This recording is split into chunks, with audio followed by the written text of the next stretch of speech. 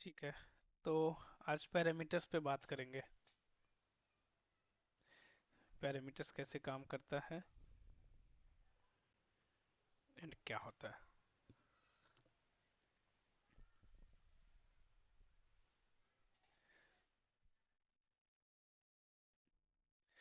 ठीक है, तो यहाँ से जैसे कि हम लोग कोई भी फॉर्म को कॉल करते हैं, करेक्ट, एक फॉर्म से दूसरे फॉर्म, ये खुद भी एक फॉर्म है, करेक्ट।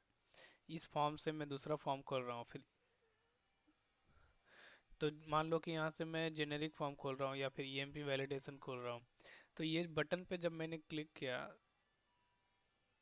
यहाँ पे एक फॉर्म खुला। अब फिर यहाँ पे भी मैंने अलग से फिर कुछ फॉर्म खोलने के लिए रखा हुआ है, करेक्ट।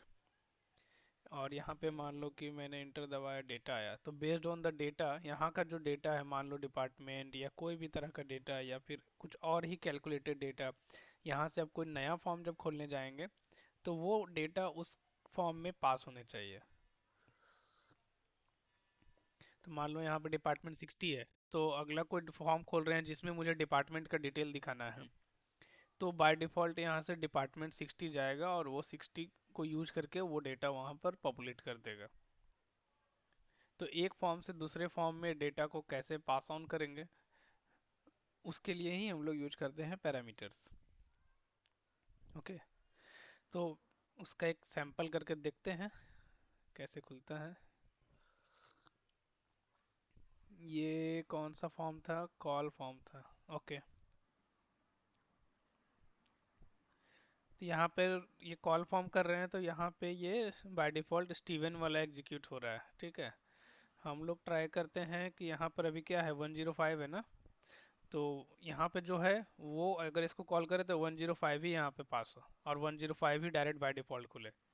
अगर मैं यहाँ पे 106 डालूँ तो 106 यहाँ पे कॉल फॉर्म करे तो डायरेक्ट 106 के लिए डिटेल दिखाए। ठीक है। ओके, तो उसके लिए क्या करना होगा कि हमें अ, ये जो कॉल है यहाँ पे, इस जगह पे हमें पैरामीटर बनाने पड़ेंगे रन टाइम में और बना करके उसमें पास करना है। तो कैसे करेंगे वो देखते हैं। अब इसमें एक चीज़ और आपने देखा होगा कि कॉल फॉर्म में हम आज तक हम लोग सिर्फ फॉर्म का नाम देते थे, F M X, correct, file name dot F M X. तो उसमें और भी पैरामीटर्स होते हैं, वो प्रोसीजर है ना, call form, open form, new form, तो ये सब ये प्रोसीजर्स है, करेक्ट। तो उसमें हम लोग आज तक सिर्फ ये देखते थे, करेक्ट। उसमें और भी पैरामीटर्स होते हैं जो हम लोग पास नहीं करते हैं, लेकिन उसके बिना भी काम चल जाता था क्योंकि वो डिफ़ॉल्ट वैल्यू ले लेता था। तो उसमें क्या क्या पैरामीटर्स होते थे वो ये देखो। पहला तो हो गया मॉड्यूल नेम, जो हम यहाँ पास किए। दूसरा हो गया हाइड और नो हाइड, ये दो में से एक चीज़ पास करना है। तो यहाँ पर आप सेकंड पैरामीटर में, तो ये डिफ़ॉल्ट है हाइड, मतलब कॉल फॉर्म के बाद वो डिफ़ॉल्ट ये ऐसा रहेगा। समझ लो, आप कुछ नहीं लिखोगे तो भी वो हाइड समझेगा सेकंड पैरामीटर का वैल्यू। और उसका मतलब क्या है कि आपको जो कॉलिंग वाला फॉर्म है उसको हाइड करना है या नहीं करना है। ठीक है, तो ये कॉलिंग फॉर्म मतलब, यानी यहाँ पे ये जो कॉल बटन दबाए, तो ये जो कॉलिंग फॉर्म है, ये वाला हाइड करना है कि नहीं। जब हम इसको कॉल कर रहे हैं, ये जब दिखेगा तो क्या पीछे वाला हाइड करना है? पीछे वाला नहीं दिख रहा है ना अब, तो वो बाय डिफ़ॉल्ट हाइड है वो। और अगर मैं यहाँ पर नो हाइड कर दूँ, यहाँ पे ऐसे सेकंड पैरामीटर में नो अंडरस्कोर हाइड, इवन ये कॉल फॉर्म है फिर भी ये आपका पीछे वाला आपको स्क्रीन दिखेगा। यूजुअली ये ऑप्शन किस में था? ओपन अंडरस्कोर फॉर्म में, करेक्ट। ओपन अंडरस्कोर फॉर्म में आप एक साथ दोनों फॉर्म देख सकते हो, लेकिन कॉल फॉर्म में भी देख सकते हो, लेकिन चूंकि कॉल फॉर्म में बाय डिफ़ॉल्ट ये हाइड रहता है, यानी जो पेरेंट फॉर्म में वो हाइड रहता है। तो आप अगर इसको यहाँ नो हाइड कर दोगे तो पेरेंट फॉर्म एंड चाइल्ड, मतलब जो उसके बाद कॉल हुआ, दोनों दिखेगा। ठीक है, तो एक मिनट इसको, चलो देखते हैं पहले। F4 ये कौन सा फॉर्म था? ईएमपी वैलिडेशन में ही था ना।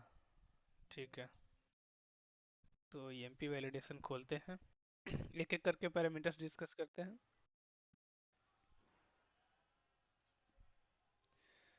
ईएमपी वैलिडेशन, अटैच्ड लाइब्रेरी कल कौन कौन सा किया था? एक, नहीं ये नहीं।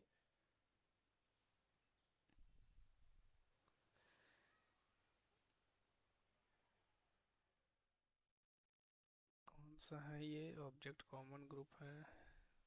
वेब यूटिल तो होगा ही होगा। वेब यूटिल ही अटैच करते हैं, फिर देखते हैं।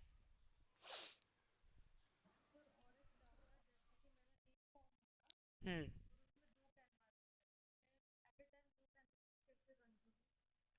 नहीं, रन तो एक बार में एक ही कर सकते हो, स्क्रीन में एक बार में एक ही दिखेगा। आप,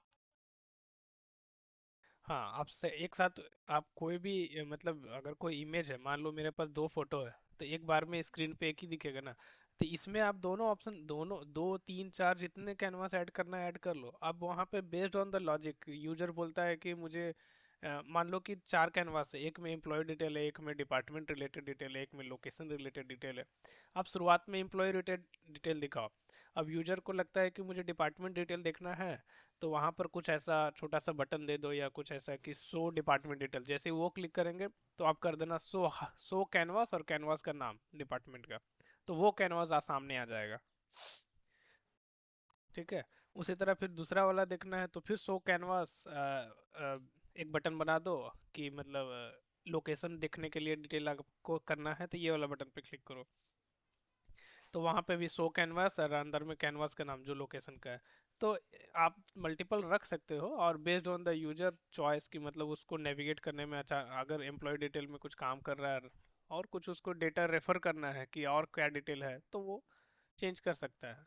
और फिर जब वो कैंसिल करेगा तो प्राइमरी कैनवास पे वापस आ जाना चाहिए।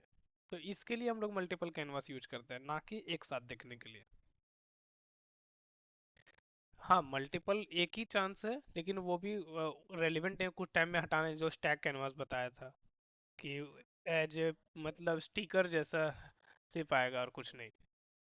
और उसका कोई मतलब एक तरह से वो इंफॉर्मेशनल है वो स्टैक कैनवास। तो यही है।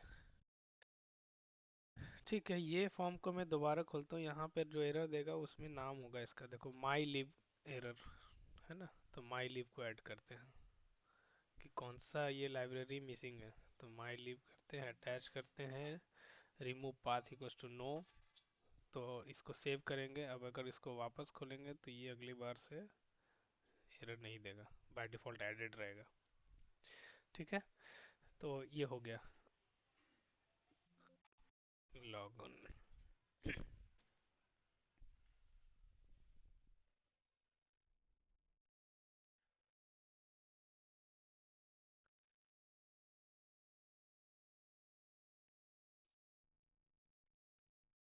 ठीक है, तो कॉल अंडरस्कोर फॉर्म में हम लोग थे। यहाँ पे हम लोग सेकंड पैरामीटर करते हैं नो हाइड। पहले बाय डिफ़ॉल्ट वो हाइड ही ले रहा था, अब देखते हैं नो हाइड को। ठीक है, कंट्रोल टी एस कॉल करते हैं। तो ये नो हाइड पिछला वाला भी दिखना चाहिए, अगर इसको मूव करें तो दिख रहा है। देखो उसके एक तो दूसरा कैनवास है ये, तो इसको हटा दो। अभी देखो आपको दोनों दिख रहा है, पीछे वाला भी, है ना। इस पे क्लिक करोगे, हालांकि ये एक्सेसिबल नहीं है, लेकिन दिख रहा है क्योंकि जब आप इसको कैंसिल करोगे तब ये देखो सारा चीज डिसेबल मोड में दिख रहा है। लेकिन आपको दिख रहा है मतलब हाइड नहीं हुआ वो, आप देख सकते हो। इसको एग्जिट करोगे तब ये आप इनेबल होगा, देखो। तो कॉल फॉर्म में भी ये फीचर है कि आप देख सकते हो। ओपन फॉर्म में है तो आप तो जानते ही ओपन फॉर्म में कि दोनों में एक साथ काम कर सकते हो। इसमें कि देखो दिखता भी है और साथ ही साथ इनेबल भी है, मतलब काम कर सकते हो आप उस पर। तो कॉल फॉर्म में वही ठीक है। तो यही है सेकंड पैरामीटर का मतलब, यहाँ पे जो हम लोग पास करेंगे, हाइड नो हाइड। ठीक है, ये क्लियर। अब third parameter, replace, no replace और डू रिप्लेस। ये आपका क्या करेगा कि जो मेन्यू है, यहाँ पे जो मेन्यू दिख रहा है ना, तो ये मेन्यू जो है, और जब ये कॉल फॉर्म करेंगे तो उसमें भी यही मेन्यू रखना है, मतलब जो पेरेंट का था, या फिर इसका खुद का मेन्यू, मतलब डू रिप्लेस मतलब इसका अपना मेन्यू या फिर पेरेंट का मेन्यू। नो रिप्लेस करेंगे तो पेरेंट का ही मेन्यू दिखेगा, और डू रिप्लेस करेंगे तो इसका जो फॉर्म खुलेगा उसका अपना कोई अगर मेन्यू है तो वो दिखेगा। समझ गए? तो यहाँ पर देखो डिफ़ॉल्ट में क्या है, नो रिप्लेस, इसलिए वो रिप्लेस नहीं करता है कि हम लोग जब भी खोलते हैं तो वो वही मेन्यू दिखता है। तो इसमें भी वैसा ही है, आप सिंपली सेकंड पैरामीटर या थर्ड पैरामीटर में यहाँ पर डाल दो कि डू अंडरस्कोर रिप्लेस। ठीक है, तो अब इसका अपना मेन्यू दिखेगा instead of the parent menu. Let's check. देखो ये हट गया, स्टैंडर्ड मेन्यू जो था वो वाला आ गया, यानी इसने रिप्लेस कर दिया मेन्यू को। ठीक है, तो ये फिर आप वापस आए तो आप इसका अपना नॉर्मल मेन्यू जो था वो आ गया। ठीक है, उसी तरह नो क्वेरी है, मतलब कि अगर आपका जो फॉर्म खुलेगा उसमें आपको सिर्फ मतलब क्या, नो क्वेरी ओनली और एक क्वेरी ओनली। अगर क्वेरी ओनली करेंगे तो वो जो आपका फॉर्म नया जो खुलने वाला है वो रीड ओनली मोड में रहेगा, मतलब आप उसमें सिर्फ डेटा फेच कर सकते हो, उसमें आप इंसर्ट अपडेट डिलीट नहीं कर सकते, यूजर उसमें कुछ कर नहीं सकता है। कई बार ऐसा सिचुएशन होता है ना कि कुछ इंफॉर्मेशनल डिटेल दिखाना है, तो एक नया फॉर्म खोले, वो देख लो उसमें सिर्फ रेफरेंस कि क्या क्या डिटेल्स है, आप उसमें चेंज नहीं कर सकते हो, फिर आप बैक टू अपना नॉर्मल फॉर्म जिस पे थे आप उस पे अपना वापस से काम करो। करेक्ट? होता है ना, रेफरेंस लेते हैं कि इसका क्या डिटेल है, मास्टर्स क्या है, तो वो सब देख लो, फिर वापस आप उसको क्लोज करो तो नॉर्मल फॉर्म में वापस, तो वो सिर्फ क्वेरी ओनली करोगे तो उसमें वो ऐसा होगा कि आप उसमें चेंजेस नहीं कर सकते हो डेटा में, सिर्फ देख सकते हो। इसी तरह लाइब्रेरी शेयर का है कि आपका फॉर्म बिल्डर में शेयर द लाइब्रेरी, अगर एक फॉर्म जो मतलब पेरेंट फॉर्म और जो कॉल्ड फॉर्म दोनों फॉर्म का लाइब्रेरी शेयर करना है कि नहीं, तो ये सब वही सब चीज़ है, लाइब्रेरी शेयर करने का है कि नहीं है। फिर एक पैरामीटर लिस्ट आईडी है, अब इसमें से ये दोनों में से एक है, कोई एक ये चाहिए। यहाँ तक तो कॉमन था, ये फर्स्ट पैरामीटर, सेकंड पैरामीटर, ये थर्ड, ये फोर, ये फिफ्थ, और सिक्स्थ में से ये दोनों में से कोई एक चीज़ पास करना है, या तो आईडी पास करो या तो पैरामीटर का नेम पास करो, जिसके लिए आज हम लोग बात करने वाले हैं, पैरामीटर का। ओके, तो अब पैरामीटर का मतलब आपको पता ही है कि हर एक जो भी हम लोग ऑब्जेक्ट बनाते हैं, एलओवी हो, रिकॉर्ड ग्रुप हो, या फिर टाइमर हो, या कोई भी चीज़ हो, हर चीज़ का एक अपना आईडी भी होता है, हम लोग उसका आईडी भी हम लोग कैप्चर करते थे। तो ये वही है, पैरामीटर आईडी पास कर सकते हो या फिर नेम पास कर सकते हो। ठीक है, अभी पैरामीटर ये होता क्या है, इसमें पैरामीटर हम लोग सबसे पहले इसमें पैरामीटर लिस्ट बनाएंगे। ठीक है, और लिस्ट बनाने के बाद हम लोग उसमें अलग अलग पैरामीटर्स ऐड करेंगे। ठीक है, तो क्या क्या, नहीं ये वो वैसा वाला पैरामीटर नहीं है। ठीक है, इसमें हम लोग बेसिकली एक तरह से क्या बोले, एक लिस्ट बनाएंगे। ठीक है, जिस लिस्ट में क्या होगा कि मान लो कि एक तरह से समझ लो कि ये लिस्ट है, लिस्ट का नाम है, हम लोग यहाँ पर पैरामीटर किस नाम से बना रहे हैं, मान लो कि पैरामीटर का नाम है माई पैराम। ठीक है, तो ये मेरा पैरामीटर का लिस्ट का नाम है, not the parameter. Para parameter list name है ये। एक मिनट, हाँ, मैं विंडो क्लोज करता हूँ।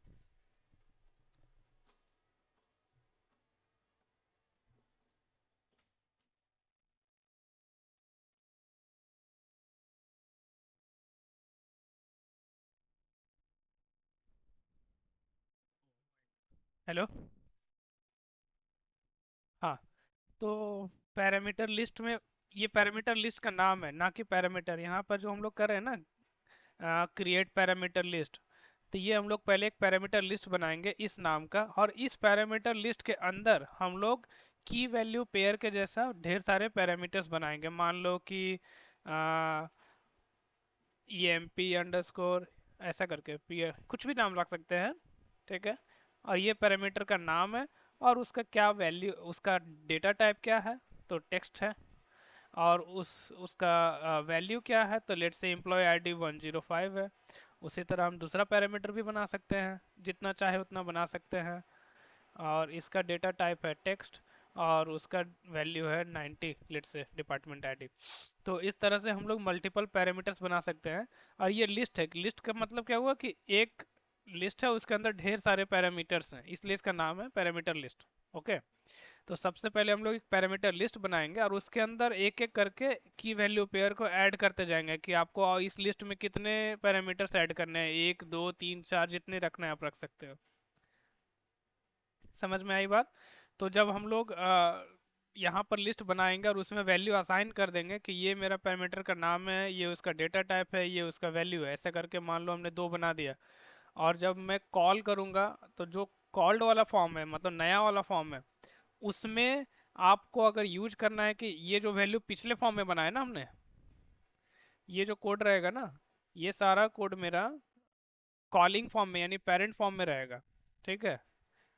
और जो कॉल्ड फॉर्म होगा वहाँ आप कैसे यूज करोगे, तो वहाँ पर जैसे हम लोग कैसे यूज करते थे कि ग्लोबल डॉट कोई एक वैल्यू, करेक्ट, ग्लोबल वेरिएबल को कैसे यूज करते थे, इस तरह से हम लोग डिफाइन करते थे ना। सिमिलरली आपको पैरामीटर का वैल्यू यूज करना है, तो यहाँ पर पैरामीटर डॉट और फिर ये पैरामीटर का नाम डायरेक्ट यूज करो।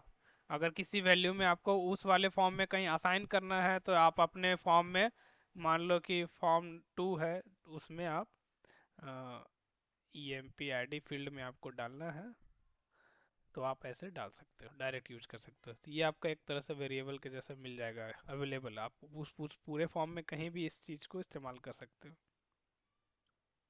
ठीक है। तो वो कैसे कैसे करेंगे वो देखते हैं। ठीक है। तो हमें आप डायरेक्टली पैरामीटर आईडी या नेम नहीं पास कर सकते हो, क्योंकि आपको अगर यहाँ पे मान लो कि आपको ये सब लिखना ही पड़ेगा कॉल फॉर्म में। ठीक है। जैसे कॉल फॉर्म में आपको मान लीजिए कि सिर्फ आप नहीं चाहते हो कि जो बाकी के बीच के जो पैरामीटर्स हैं, मतलब ये दो तीन, हाइड नो हाइड, यहाँ से यहाँ तक, ये चार पैरामीटर आपको नहीं पास करने, डिफ़ॉल्ट चाहिए। और आपको सिर्फ ये पास करना है, तो भी आपको ये लिखना पड़ेगा। चूंकि ये क्या था, ये फर्स्ट पैरामीटर था, ये सेकंड पैरामीटर है, थर्ड पैरामीटर, फोर फाइव मैंने दिया ही नहीं। तो वो उसने समझा कि फोर फाइव जो है वैल्यू, उसको हम अपने मन से डिफ़ॉल्ट वैल्यू चूज कर लेंगे।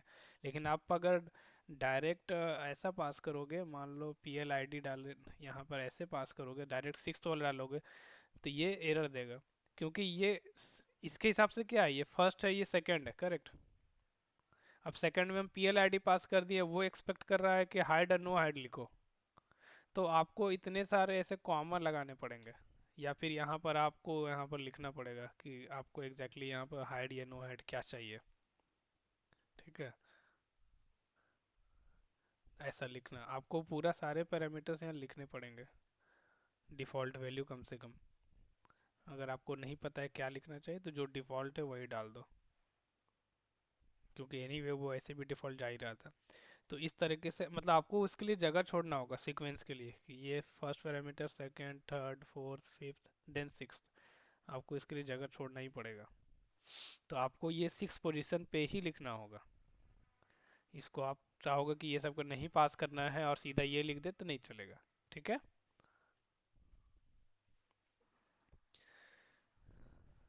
क्योंकि अपना अपना सबका पोजीशन फिक्स है कि ये उस जगह पे वो चीज़ एक्सपेक्ट कर रहा है। ठीक है। तो हम लोग यहाँ पे ये पैरामीटर बना डायरेक्ट यूज करते हैं।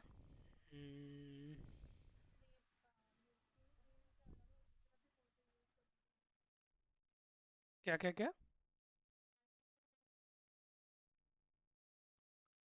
नहीं नहीं, आईडी और नेम ही। यहाँ पे या तो पैरामीटर का आईडी पास करो या तो पैरामीटर का नेम। तो पैरामीटर का नेम ये हो गया और आईडी हो गया, जब हम पैरामीटर बनाते हैं तो वो एक आईडी रिटर्न करता है ना, तो वो दोनों में से कोई एक चीज़ पास कर सकते हो। तो एनीवे हम लोग पैरामीटर तो बनाने ही वाले हैं, तो वो आईडी हमें स्टोर करना ही पड़ेगा क्योंकि ये रिटर्न करता है, ये फंक्शन है। हाँ, तो यहाँ पे हमें एक डिक्लेयर करना होगा कि आईडी बनाना है, तो आईडी का टाइप भी होगा ना, जैसे कि आपका रिकॉर्ड ग्रुप के लिए यहाँ पे हम लोग रिकॉर्ड ग्रुप लिखते थे, टाइमर के लिए यहाँ टाइमर लिखते थे, वैसे ही यहाँ पे पैरामीटर का जो आईडी का टाइप होगा वो पैरम लिस्ट होगा। ठीक है। और ये तो मैंने ऐसे ही बना लिया, इसको चाहो तो आप पैरम नेम को डायरेक्ट हर जगह, जो मैंने पैरम लिखा है, मल्टीपल जगह ना लिखें इसके जगह वजह से हमने यहाँ पर शुरुआत में लिख दिया। वो आप यही नाम को यहाँ पर डायरेक्ट डाल सकते हैं, इस तरीके से। है ना, ज़रूरत नहीं है वेरिएबल वेरिएबल का। तो वो मल्टीपल जगह चेंज ना करना पड़े, इसलिए मैंने एक ही जगह पे डिफाइन कर दिया और उसको यूज कर लिया सब जगह। तो सबसे पहले मैंने क्या चेक किया कि गेट पैरामीटर लिस्ट, कि मतलब क्या ऐसा कोई पैरामीटर लिस्ट है माई पैरम नाम का, यहाँ माई पैरम जाएगा ना, तो ये रिटर्न करेगा अगर जो भी है या नहीं है तो इस आईडी में डाल देगा। फिर आगे चेक कर रहे हैं कि क्या वो आईडी नल है, ये वाला नल है, इसका मतलब कि वो ऐसा कोई पैरामीटर लिस्ट नहीं बना हुआ है। करेक्ट। तो यहाँ पर हमने मैसेज डाल के रखा है पैरामीटर नॉट फाउंड, और आप क्रिएट कर दो, अगर नहीं है तो क्रिएट कर दो। तो क्रिएट पैरामीटर लिस्ट और सेम पैरामीटर का नाम, इस नाम से नहीं था ना तो इस नाम से बना दो, और वो रिटर्न करेगा PLID में। ठीक है। और अगर बना हुआ है तो क्या करेंगे कि पहले उसको डिस्ट्रॉय कर दो, मतलब डिलीट कर दो पैरामीटर लिस्ट को, और फिर से बनाओ। मतलब हर हाल में बना रहे हैं फ्रेश, क्योंकि ताकि कोई कन्फ्यूजन ना हो या फिर कोई तरह का डेटा डिस्क्रिपेंसी ना हो। तो इसलिए पैरामीटर अगर है ऑलरेडी बना हुआ लिस्ट तो उसको डिस्ट्रॉय करेंगे, फिर क्रिएट करेंगे। तो ये सिंपल है। अब जब पैरामीटर लिस्ट बन गया तो उसका PLID मुझे मिल गया। अब PLID को यूज करके, यानी यहाँ पे एक ऐड पैरामीटर करेंगे और यहाँ पे PLID पास करेंगे कि कौन से पैरामीटर लिस्ट का बात कर रहे हैं। हो सकता है हम एक बार में 2-3 पैरामीटर लिस्ट भी तो बना सकते हैं, है ना। तो ये वाला पैरामीटर लिस्ट यानी PLID, और उसके अंदर मैंने आपको बताया है कि आपको जितना पैरामीटर ऐड करना है, मान लो डिपार्टमेंट ID 1, डिपार्टमेंट 2, या फिर एम्प्लॉय या कोई भी चीज़, जित ये हो गया की, और ये उसका हो गया वैल्यू, और ये हो गया उसका डेटा टाइप। ठीक है। और जब ये फाइनली जब हमने मान लो कि इसमें दो किया, दो किए या तीन किए, चार किए, तो एक के अंदर हम यहाँ पे जब मल्टीपल लिस्ट तैयार कर लिए, तो एज ए पूरा लिस्ट, कि मतलब मेरे पास इतने लिस्ट हैं पैरामीटर्स के, वो एज ए लिस्ट यहाँ पर सिर्फ PLID पास कर दो उस पोजीशन पे कॉल फॉर्म में। ठीक है।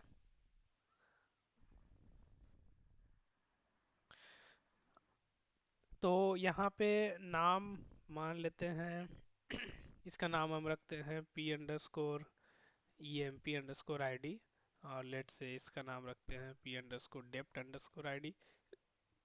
और एम्प्लॉय आईडी में यहाँ पे मैंने हार्ड कोड किया है, उसके बदले में आप चाहो तो इसका नाम, फील्ड का नाम दे देते हैं, है ना, एम्प्लॉय ID, सो डेट कि ये डायनेमिक हो जाए। तो यहाँ पर आप ऐसे डायरेक्ट लिख दो कि जो भी वैल्यू वहाँ पे है वही ले, और यहाँ पे डिपार्टमेंट_ID की जो भी स्क्रीन पे वैल्यू है वो मेरा वैल्यू होगा, और ये पैरामीटर। ठीक है। डन। अब इसको कंपाइल किया, ऑल ओके। और यहाँ पे मैंने ये मुझे डालना है। ठीक है। अभी तो ये फॉर्म जब बन गया, अब हमें चेंज करना है जिसको कॉल करने वाले हैं उसको। ठीक है। इसका नाम क्या है, EMP इमेज। तो EMP इमेज को खोलते हैं।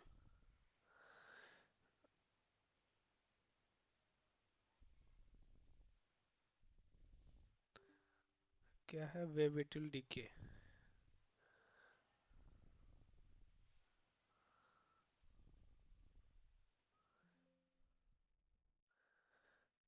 ठीक है।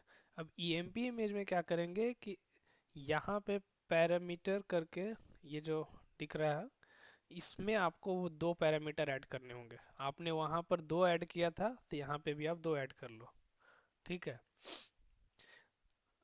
और दोनों का नाम वही रखो, ताकि वो जो एक तरह से रिसीवर है, ये पहला वाला फॉर्म में जब बटन में आपने क्या किया था, बटन पे क्लिक किया था, तो यहाँ पे उसने पैरामीटर लिस्ट बनाया और उसके अंदर दो पैरामीटर बना दिए थे, PMP ID and P department ID। तो इसने बना दिया और कहीं ना कहीं मेमोरी में रखा हुआ है, और जब इस फॉर्म को कॉल किया तो ये पूरा जो ये लिस्ट था वो पूरा लिस्ट इसको हैंड ओवर दे दिया नए वाले फॉर्म को। करेक्ट। नए वाले फॉर्म की ये लो, मेरे पास ये लिस्ट है पूरा, उस लिस्ट में बहुत सारे पैरामीटर्स हैं और उसका वैल्यूज है। तो इस फॉर्म को, नए वाले जो फॉर्म है उसको ये दे दिया। लेकिन अब कोरस्पॉन्डिंग वो जो वैल्यूज है हमको कहीं ना कहीं रखना पड़ेगा, है ना। उसको तो ये पास कर दिया कि ये लो, लेकिन उसको कहीं रखने के लिए स्टोर टेम्पोररी, कि हमारे पास कहाँ रखना है उसको, कहीं रखना पड़ेगा ना। कि जैसे हम लोग कोई भी क्वेरी लिखते हैं कि सेलेक्ट, आप यहाँ पर क्वेरी लिखते हो ना यूजुअली फॉर्म के अंदर, सेलेक्ट मान लो count of one from employees, है ना, आप ऐसा लिखते हो ना। तो आप ऐसा डायरेक्टली यहाँ पे नहीं लिख सकते हो फॉर्म में, आपको ऐसा इसके लिए डेवलपर में यहाँ लिखना पड़ेगा। आप यहाँ चलाओगे तो चल जाएगा, लेकिन फॉर्म बिल्डर में चलाओगे तो नहीं चलेगा, क्योंकि ये जो आउटपुट रिटर्न करना है उसको कहीं ना कहीं आपको स्टोर करना पड़ेगा, आपको ऐसा लिखना पड़ता है, करेक्ट। तो ये जो भी आउटपुट दे रहा है वो आउटपुट को कहीं ना कहीं वेरिएबल में रखना पड़ता है। तो उसी तरह यहाँ पर ये मुझे ढेर सारा लिस्ट ऑफ वैल्यूज़ दे रहा है, उसको हमको रखना पड़ेगा। इसके लिए हम लोग यहाँ पैरामीटर बनाएंगे और वो कोरस्पॉन्डिंग अपने अपने रिस्पेक्टिव पैरामीटर में चला जाएगा, तो उसके लिए नाम भी वही रखना पड़ेगा। तो जो नाम ने हमने वहाँ बनाया था, तो यहाँ पे नाम हमारा था PEMP ID and department ID। एक बार वापस से देख लेते हैं।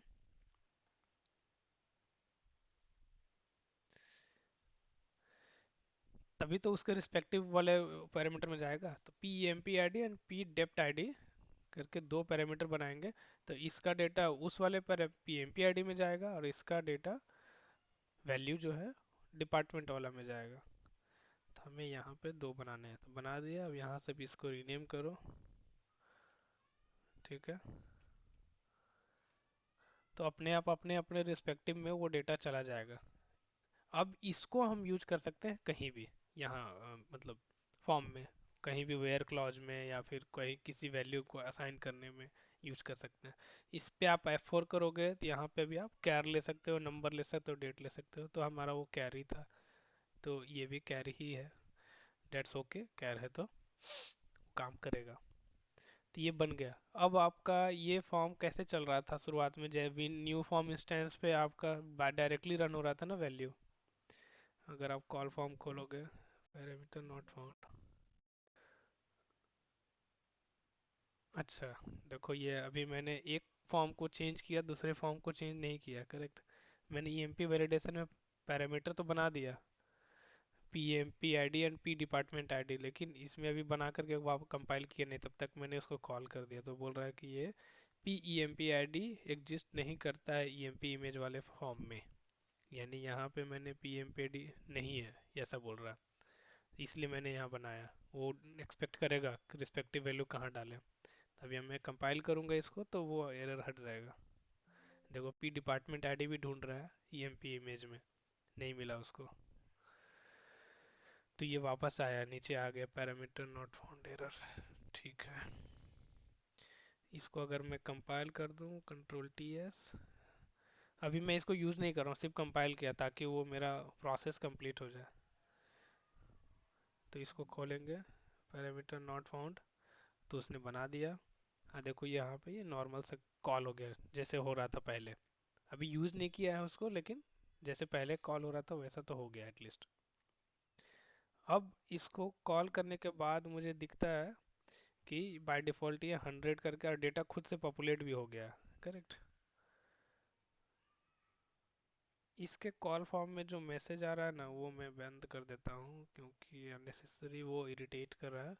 टेस्ट करना था वो तो हो ही गया।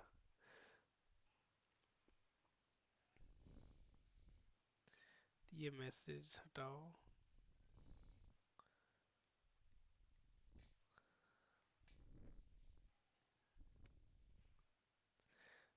हाँ, तो अब मुझे ये यहाँ पे मुझे दो वैल्यू मिल गई है, पहले वाले में 105, दूसरे में जो भी डिपार्टमेंट है 30 या 60, तो उसको यूज करना है। तो यूज करना सिंपल है। यहाँ पर मैंने क्या लिखा, गो ब्लॉक एग्जीक्यूट क्वेरी, तो उससे पहले हम लोग यहाँ पर डिफ़ॉल्ट वेयर सेट कर सकते हैं। लेकिन आई थिंक डिफ़ॉल्ट वेयर कहीं ना कहीं सेट हो रहा होगा, नहीं हो रहा होगा, ठीक है, जाने दो। सेट ब्लॉक प्रॉपर्टी, ब्लॉक का नाम डिफ़ॉल्ट वेयर, यहाँ पे क्या डालना है हमें, employee_id = और आपको जैसे ग्लोबल यूज करते थे वैसे यहाँ पे parameter parameter dot P underscore E M P underscore I D, बस। अच्छा, यहाँ पे कॉन्केटेनेशन, ठीक है, बस हो गया। तो इसको ये एम्प्लॉय आईडी जो वहाँ से आ रहा था उसको मिल जाएगा। कंपाइल इट, देखते हैं। यहाँ 105 है कॉल फॉर्म, यहाँ 105 सेम। अब यहाँ पे 100 करते हैं कॉल फॉर्म में। अच्छा, 105 को ओवर ऐड कर रहे हैं ना हम लोग, ऐसा कोड लिखे थे याद है कि कुछ भी डालो 105 ही होगा। तो वो कोड हमें थोड़ा सा रिवर्ट करना पड़ेगा क्योंकि हमने फिक्स कर दिया था वैल्यू। प्री क्वेरी में मैसेज, प्री क्वेरी यहाँ कुछ नहीं कर रहा हूँ।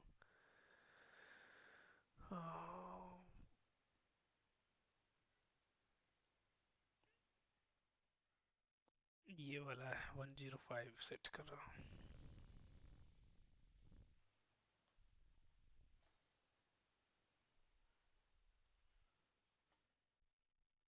अभी कुछ नहीं आ रहा। 100 किया, 100 आया, और 105 करूँगा तो 105 आएगा। एक मिनट, हाँ, ये प्री ब्लॉक बार बार मैसेज ये भी इरिटेट कर रहा है। प्री ब्लॉक, ये मैसेज को कमेंट करो, ठीक है। तो एनीवे, यहाँ पे 100 पास किए, कॉल करते हैं, यहाँ 100 आ गया। यहाँ पे 105 पास करेंगे, कॉल करेंगे तो 105 आ गया। तो इस तरह से वैल्यू एक दूसरे में पास ऑन करते हैं। यानी ये आपको भेजेगा, वो कैच करेगा और अपने रिस्पेक्टिव पैरामीटर वाला में ऐड कर देगा, वैल्यू असाइन कर देगा। फिर उसको आप कहीं भी यूज कर सकते हो, नॉट ओनली कि डिफ़ॉल्ट हो या कहीं भी, कुछ भी कैलकुलेशन, एनीथिंग एनीवेयर।